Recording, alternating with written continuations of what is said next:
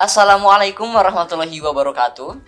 Halo teman-teman semua, kembali lagi bersama kita di Ngaboro Podcast, ngabuburit bareng Basiro. Perkenalkan, namaku Fikar Maulana, aku dari Prodi Ahwal Sasiah International Program. Dan tentunya aku di sini nggak sendirian. Di sini aku ditemani bersama temanku sendiri, roommateku sendiri sebenarnya, ada Mas Fitrur Rahman. Boleh mungkin diperkenalkan dulu ya, Mas Fitrur? Oke, terima kasih Mas Fikar. Assalamualaikum warahmatullahi wabarakatuh. Oke, halo teman-teman Basiro semuanya. Gimana kabarnya, sehat? Perkenalkan, namaku Fitrur Rahman Al-Babi Umam dari Prodi Ilmu Komunikasi angkatan 2022. Aku juga sama kayak Fikar, sama-sama mahasiswa sekaligus mahasantri Oh iya. di Pondok Pesantren Universitas Islam Indonesia. Oke, salam kenal teman-teman semua. Oke, gimana nih Tur? Ramadan di Jogja kan udah 2 mingguan. Ya. Gimana rasanya, capek atau gimana? Oh, kalau bilang capek, pasti ada capeknya ya karena kegiatan padat dan lain sebagainya. Kegiatan kampus, kegiatan pondok itu kan Iya. agak bentrok dikit gitu ya kan? Betul. Tapi dibawa ngeluh juga ya, nggak pengen ngeluh. Kenapa ya? Karena ini keseruannya gitu. Oke, karena ini puasa pertama, Ramadan pertamaku di Jogja, kita juga sama mungkin ya. Iya. Jadi punya kesan tersendiri lah. Sebab apa? Sebab sesuatu yang menjadi hal pertama itu kesannya mendalam dan sulit dilupakan. Ya kalau ibarat cinta itu, cinta pertama itu sulit dilupakan. Oh iya, ada Arabnya tuh. Terus gimana sih? Al-mahabbatul ula la tunsa fiha. Cinta pertama itu nggak bakal terlupakan gitu. Ya sama halnya dengan kesan pertama ketika menghadapi Ramadan pertama kali tahun Di pertama Jogja. di Jogja sebagai mahasiswa baru, sebagai mahasantri juga, pasti ada kesan yang sulit untuk dilupakan. Gitulah. Ya mudah-mudahan kita lancar di Ramadan kali ini ya. Amin, amin. Dan perlu teman-teman ketahui, kita kan sebagai mahasantri, jadi mahasiswa juga di kampus dan sebagai santri juga di pondok. Jadi kegiatan kita tuh nggak cuma ngampus di kampus aja dengan berbagai kegiatan dan tugas lainnya. Kita juga ada ngaji, disebut kuliah pondok gitu ya. Iya, betul. Kuliah pondok dan tugasnya berarti double gitu kan. Kalau misalkan ada tugas kampus, ada juga tugas pondok. Dan berarti capek juga nambah. Bener gak sih? Tuh, capeknya nambah. Karena ya bukannya mudah ya ketika bulan Ramadan, kondisi lapar, haus, terus juga ya lelah mungkin pasti, ditambah tugas kampus. Mungkin kalau kampus aja juga udah kalau Iya, capek ya. agak capek juga. Kita naik ke atas ke sana ya lumayan. Nah, kita kampus kan dari pondok itu 30 menit ya kurang lebih. Ya, Ya, 30 pasti. menitan sekitar. Perjalanan aja udah lumayan gitu, apalagi kalau pulang kampusnya sore dan lain sebagainya. Itu kan di jalanan juga orang pada ngabuburit dan sebagainya, itu jalanan jadi macet. Macet banget. Itu Apalagi Jakal gitu kan. Nguras tenaga juga memancing emosi kan? Ya wajar lah, tapi nikmatin aja, enjoy. Toh dari setiap capeknya kita mudah-mudahan bagi pahala dari Allah Subhanahu wa taala. Nah mungkin gini Tur, kan dulu kamu sebagai siswa mungkin udah merasakan Ramadan. Ya, betul. Dan mungkin sekarang tahun pertama di Jogja juga Ramadan sebagai mahasiswa juga pertama. Nah mungkin ada gak sih ketika mungkin bisa dibilang perbedaan definisi ketika Ramadan ketika menjadi siswa, kemudian ketika menjadi mahasiswa, ada definisi atau hakikatnya apa yang kamu rasakan?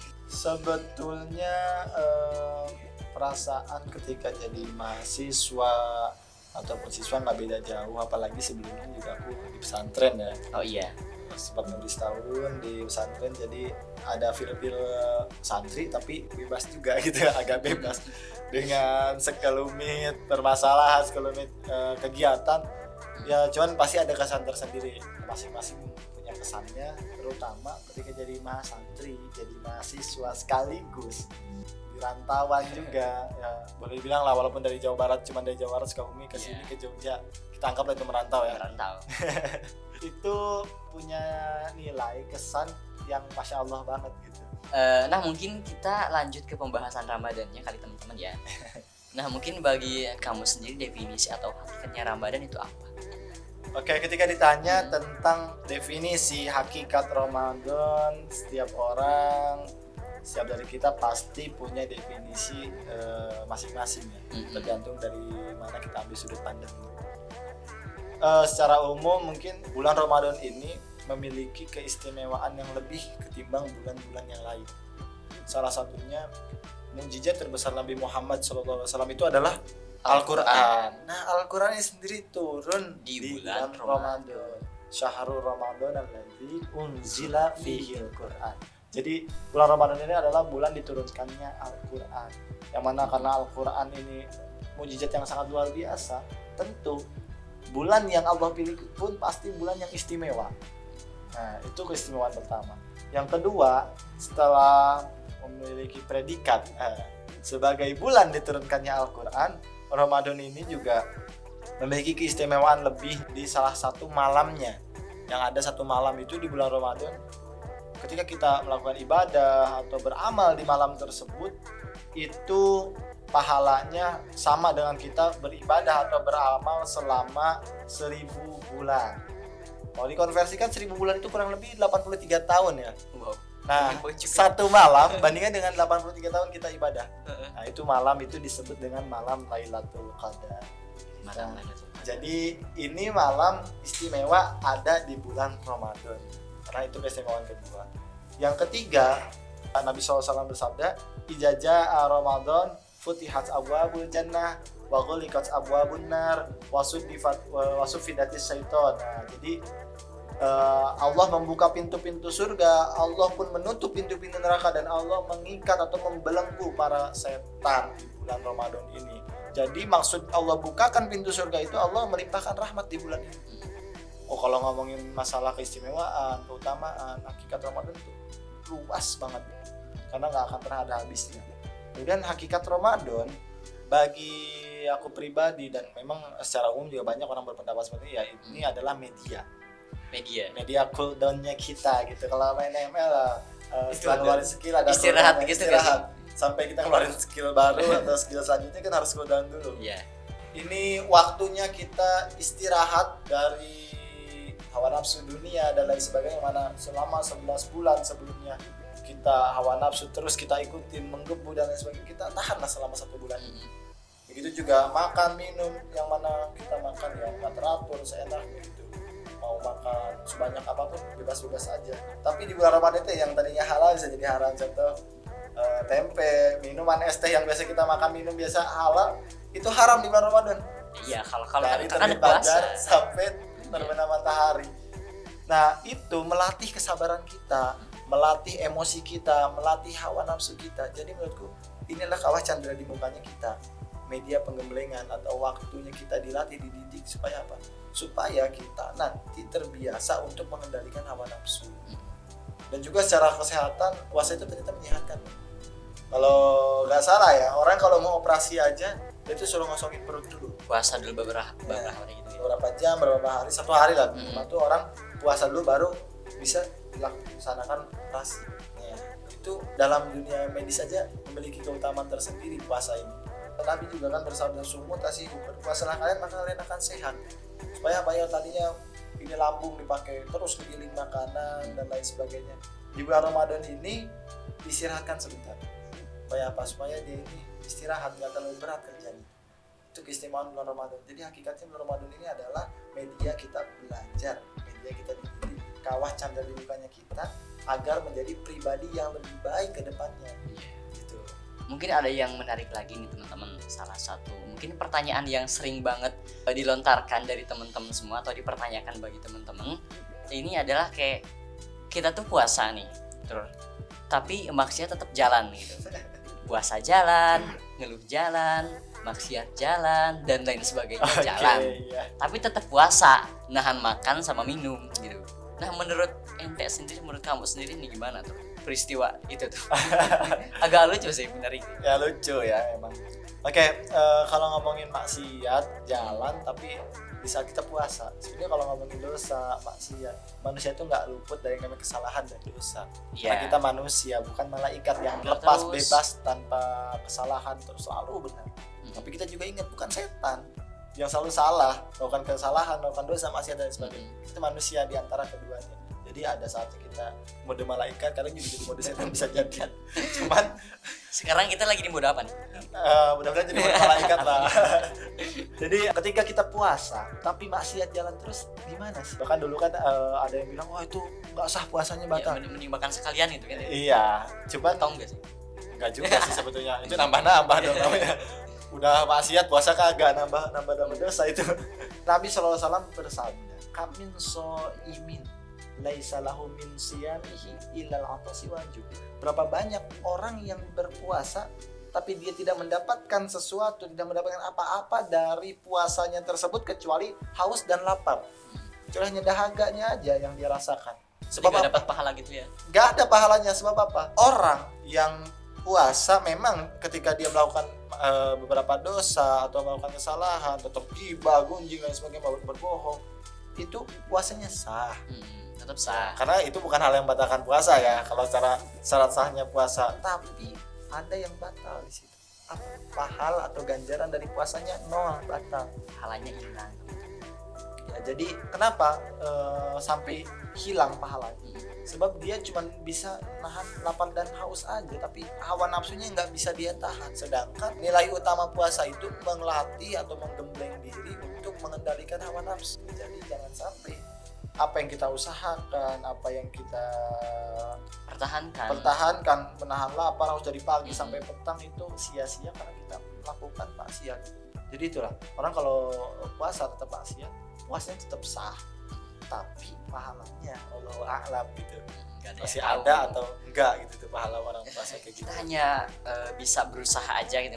Nah, diminimalisir sebisa mungkin kita berusaha untuk menghindari hal-hal yang sebenarnya dapat membatalkan pahala puasa. Membatalkan pahala puasa.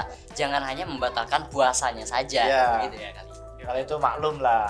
Tapi kadang kan masalah hati nggak ada yang tahu ya. Makanya kalau di tasawuf itu ada tingkatan puasa, salah satu puasa yang tingkatan paling tinggi ya puasa hati. Terlintas pikiran jelek aja dalam hati itu nggak sampai gitu. Orang yang udah benar-benar puasanya tingkat tinggi itu hatinya pun ikut puasa. Kadang kan kita nggak tahu, lisan nggak ngomongin orang tapi hati masih dumelin orang. Allahu a'lam kayak gitu. Orang yang udah tingkatan puasanya udah tinggi itu sampai hatinya pun ikut puasa. Allah, subhanallah itu kita. Subhanallah sekali kalau bisa itu. Ya kita nggak tahu ya sampai tingkatan mana ya. Kadang siapa tahu kita masih di tingkatan yang hanya menahan lapar dan haus dan hal yang batalkan puasanya aja, tapi pahalanya wallahu a'lam. Tapi jangan menjadi penghalang untuk kita untuk terus berusaha. Itu harus tetap diusahakan. Ya Allah kan menilai usaha kita gitu. Allah lebih tahu lah. Kalau usaha pahala nggak bisa diomongin. Karena apalagi pahala puasa ini misteri. Misteri. Allah bilang kan dalam hadis qudsi, as-saumu li, puasa itu untukku, wa ana ajzi bihi, dan aku sendiri yang akan memberikan pahala untuk orang yang berpuasa terus. Bapak, itu apresiasi Allah. Makanya orang yang berpuasa itu memiliki kebahagiaan tersendiri. Lis-shaimi farhatan. Untuk orang yang puasa itu ada dua kebahagiaan. Pertama, farhatun 'indal iftar. Bahagia ketika dia berbuka. Waktu berbuka itu dia bahagia. Itu betul banget sih. Kita kan puasa ya, dengar suara azan maghrib itu bahagia gitu hati itu. Kadang apalagi anak kecil tuh nunggu banget gitu. Sampai lihat jam berulang kali. Itu sebuah kebahagiaan. Tidak bisa dipungkiri, itu kebahagiaan. Kemudian ada kebahagiaan yang hakiki. Apa? Wa farhatun 'indal liqa'i rabbi. Kebahagiaan ketika bertemu dengan Tuhannya, bertemu dengan Allah Subhanahu wa taala. Mau bertemu Allah? Mau bertemu Allah. Sini konteksnya bukan mati ya. Maksudnya bertemu Allah di sini tuh untuk mendapatkan pahala langsung dari Allah. Karena tadi kan berkaitan dengan hadis tadi, Allah sendiri akan berikan pahala secara langsung. Maka itu adalah kebahagiaan yang sesungguhnya bagi orang yang berpuasa. Ya, itu kurang lebihnya. Jadi, ayo kita berusaha mencapai derajat puasa tertinggi dengan menghindari maksiat-maksiat kecil. Itulah. Masya Allah sekali ya, kayak kajian gitu ya. Ya kan lagi mode malaikat ini. Mode malaikat, mudah-mudahan kita selalu berada di modenya malaikat. Dan mungkin nih, terus kan kamu udah di Jogja kan, udah Ramadan di Jogja udah bisa dibilang agak lumayan lama ya. 2 minggu kan sekitar 2 minggu. Ya. Ada gak sih kayak kesan atau pesan atau hal-hal yang kamu jarang ditemukan di kampung halamanmu tapi ditemukan di Jogja? Sebelumnya nih di kampung halamanku di puasa atau Ramadan sebelumnya nggak nemuin kamu sih. Tahun ini ketemu sama kamu. Itu hal-hal. Gak nemuin aku atau dia? Ya yang mana semuanya lah. Itu hal yang patut disyukuri juga loh sebetulnya. Bentuk hal-hal lain yang sebetulnya menjadi tradisi tersendiri di Jogja, Hmm. kultur tersendiri itu juga hal-hal yang nggak aku temuin sebenarnya, karena setiap daerah pasti punya kultur masing-masing, terutama ketika menyambut Ramadannya, kemudian pelaksanaan atau agenda-agenda di bulan Ramadannya, pasti setiap daerah tuh memiliki bawaan tersendiri, termasuk di Jogja ini. Ya salah satunya yang menurutku unik di Jogja ya, kita ini mau lewat di masjid manapun, kalau memang takjilnya masih banyak sisa, itu kita dipanggil, diajak buat makan. Aku ngerasain kalau pulang kampus itu kadang kan beberapa hari ada yang pulang itu sampai maghrib, karena aku nggak mau buka di Ulil ya karena antrinya, Soalnya harus ikut kajian gitu. nah bukan masa ikut kajiannya, antri. Kalau aku udah terlambat antri lama lagi, itu belum tentu kebagian juga. Makanya aku maksain setengah 6 dari kampus itu pulang. Biasanya aku sampai di Gentan. Sampai Gentan itu karena sisa 2 menit lagi aku lihat jam, belok ke masjid terdekat di situ. Masjid Inka ya? Nah, Masjid dari Inka. Kak. Biasanya ibu-ibu langsung, mas udah disediain gitu, disendokin air dan lain sebagainya. Ya Allah, nikmat banget gitu. Dan aku nggak pernah ngerasain yang namanya nggak kebagian buka puasa di sini. Kalau sahur sering sih, mungkin karena bangunnya agak siang, jadi agak siang nggak sih ya, terlambat, jadi nggak sahur. Kalau buka tuh pasti dapat Pasti banyak ya. Itu sih salah satu keunikan Jogja itu, jadi setiap Ramadan tuh malah lebih banyak yang orang-orang, banyak masjid juga kan, terus banyak yang nyediain buka puasa. Tadi asik banget. Pasti setiap masjid rata-ratanya itu nyediain. Terutama di Masjid Al-Kahfi sih.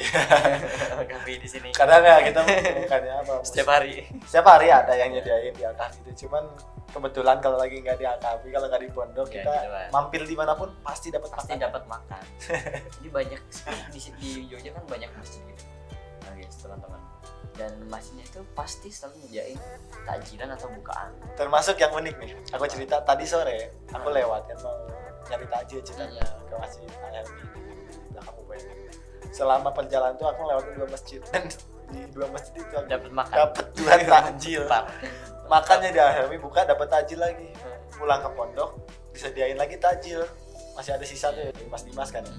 Kemudian pulang terawih ada lagi yang ngasih takjil. Masya Bukan Allah. takjil sih, yang ngasih nasi di PBT. Ya Allah, hari ini aku dapat 5 nasi. Cukup buat 2 hari ya. Nah, harus cukup buat 2 hari. Untuk 2 hari ini aja dapat makanan tuh double semua. Gitu. Jadi mungkin lebih ke kitanya lagi bisa di bulan Ramadan ini makin hemat Nah. gitu. Jadi kita nggak ngeluarin uang. Betul. Dan sampai sahur tuh masih bisa dimakan. Masih bisa makan. Ya pokoknya Jogja ini buat mahasiswa termasuk tempat yang nyaman lah, tempat yang enak buat kita ngadain Ramadan gitu di sini. Walaupun jauh dari keluarga, tapi kadang Rasa kala kekeluargaannya tuh rasa dari kekeluargaan lingkungan atau sekitar. ramahnya orang Jogja ini bikin kita ngerasa di rumah sendiri. makin betah pokoknya di bulan Ramadan. Betul.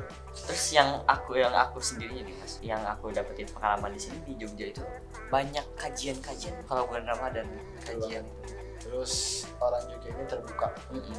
Jadi kadang kan kita baru datang ke satu lingkungan, baru kenal beberapa orang, kita udah dikasih kesempatan dan mereka itu nerima kita gitu. Mm-mm. Kayak misalkan diminta ngisi kajian, padahal kita tuh bukan siapa-siapa, jelas orang Iya, yang baru lebih mumpuni. Pendatang baru gitu kan. Tuh tokoh masyarakat di situ kan banyak sebetulnya, tapi tokohnya itu ngasih buat kita, nggak mikir kita tuh orang mana, asalnya dari di mana, tapi yang dipikir tuh kita sama-sama dikasih kesempatan selaku anak muda itu untuk andil, untuk tampil. Itu sih yang aku rasain enak banget. Bahkan ya dulu aku nggak semasif ini ngerasain namanya dapat jadwal kultur banyak, imam. Padahal ya Padahal baru gitu ya. aku tuh kadang nggak tahu itu tuh masjid ini tuh memang nggak pernah sholat di situ, sekali lagi sholat tuh tanya-tanya gitu, terus ditawarin, mas besok mau foto nggak, atau mas besok ini ya kita minta tolong, itu kita ngiyain aja karena itu kesempatan sedang atau kepercayaan yang dikasih, ya udah. Jadi kerennya di sini orang itu terbuka sama pendatang. Masya Allah. Nah, makanya tinggal kita aja selaku pendatang yang tahu diri. Ya, jadi kita harus menempatkan diri kita Nah, sesuai betul. dengan lingkungan kita. Jangan Jadi melebih-lebihkan atau ibaratnya di mana bumi dipijak di situ lagi dijunjung. Oke nih teman-teman, mungkin dari Mas Fiturnya ada closing statement buat podcast kali ini Mas. Sebenarnya dari aku simpel aja, kita udah ngejalanin puasa sampai sejauh ini, dan kalian juga sama, kalian hebat pokoknya. Apalagi kalau puasa yang kemarin kita jalani dengan maksimal, maka di sisa tenaga kita menuju hari-hari akhir Ramadan kita, ayo lebih ditingkatkan lagi sayang, karena bisa jadi kita juga nggak tahu kan tahun yang akan datang kita masih ketemu Ramadan atau enggak, karena banyak orang yang pengen merasakan kembali bulan Ramadan tapi Allah nggak sampaikan umur mereka, nggak sampaikan kesempatan mereka menjalani bulan Ramadan tahun-tahun selanjutnya. Pertama juga pertama itu kita, kedua jaga kesehatan selama Ramadan ini. Di tengah padatnya aktivitas kita, jangan lupa sama kesehatan kita sendiri. Waktunya makan ya makan, apalagi gak ada alasan untuk nggak makan pas berbuka ya, karena itu tadi di sini banyak loh yang nyediain makanan, gak ada alasan pokoknya. Kalau bisa sahur, bisa mungkin karena sahur sunnah, ayo kita sahur. Kemudian jangan terlalu memporsir tenaga, sekalipun kayak gitu juga jangan terlalu leha-leha atau malas-malasan banyak tidur dan lain sebagainya. Tidur boleh tapi tetap di waktu yang wajar. Oke, mungkin itu aja sih ya. Oke teman-teman, jadi kita udah dapat pesan dari Mas Peter tadi. Yang pertama adalah memanfaatkan waktu kita setengah bulan Ramadan kali ini lagi. Dan yang kedua adalah tetap jaga kesehatan, jangan sampai pas bulan Ramadan itu kita sakit, terus jangan sampai pas setelah bulan Ramadan itu kita sakit juga. Padahal mau lebaran aja sampai sakit. Terus yang ketiga adalah jangan menyanyiakan waktu untuk tidur selama bulan Ramadan, karena banyak aktivitas yang sangat bermanfaat untuk kita lakukan di bulan Ramadan khususnya. Dan mungkin teman-teman cukup sekian dari kita pada kesempatan kali ini. Mungkin dari saya, mohon maaf atas apabila ada kesalahan dan sebagainya.